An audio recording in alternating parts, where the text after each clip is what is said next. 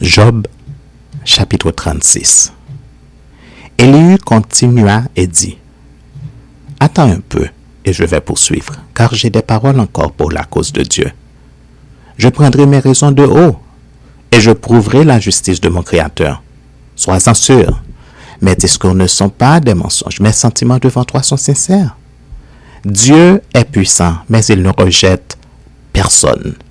Il est puissant par la force de son intelligence. Il ne laisse pas vivre le méchant et il fait droit aux malheureux. Il ne détourne pas les yeux de dessus les justes. Il les place sur le trône avec les rois et les fait asseoir et les y fait asseoir pour toujours afin qu'ils soient élevés. Viennent-ils à tomber dans les chaînes? Sont-ils pris dans les liens de l'adversité? Il leur dénonce leurs œuvres, leurs transgressions, leur orgueil.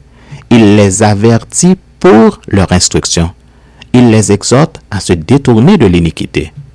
S'ils écoutent et se soumettent, ils achèvent leurs jours dans le bonheur, leurs années dans la joie. S'ils n'écoutent pas, ils périssent par le glaive.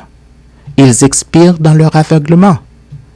Les impies se livrent à la colère, ils ne crient pas à Dieu quand il les enchaîne. Ils perdent la vie dans leur jeunesse, ils meurent comme les débauchés. Mais Dieu sauve le malheureux dans sa misère, et c'est par la souffrance qu'il l'avertit. Il te retirera aussi de la détresse pour te mettre au large, en pleine liberté, et ta table sera chargée de mets succulents. Mais si tu défends ta cause comme un impie, le châtiment est inséparable de ta cause.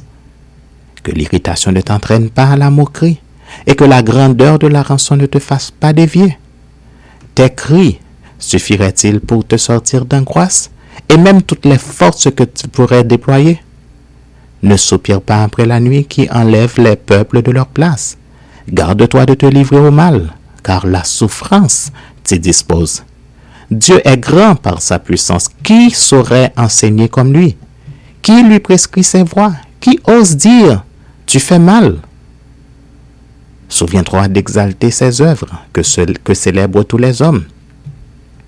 Tout homme les contemple, chacun les voit de loin. Dieu est grand, mais sa grandeur nous échappe. Le nombre de ses années est impénétrable. Il attire à lui les gouttes d'eau. Il les réduit en vapeur et forme la pluie. Les nuages la laissent couler, ils la répandent sur la foule des hommes. Et qui comprendra le déchirement de la nuée, le fracas de sa tente? Voici, il étend autour de lui sa lumière, et il se cache jusque dans les profondeurs de la mer. Par ses moyens, il juge les peuples, et il donne la nourriture avec abondance. Il prend la lumière dans sa main, il la dirige sur ses adversaires. Il s'annonce par un grondement, les troupeaux pressentent son approche.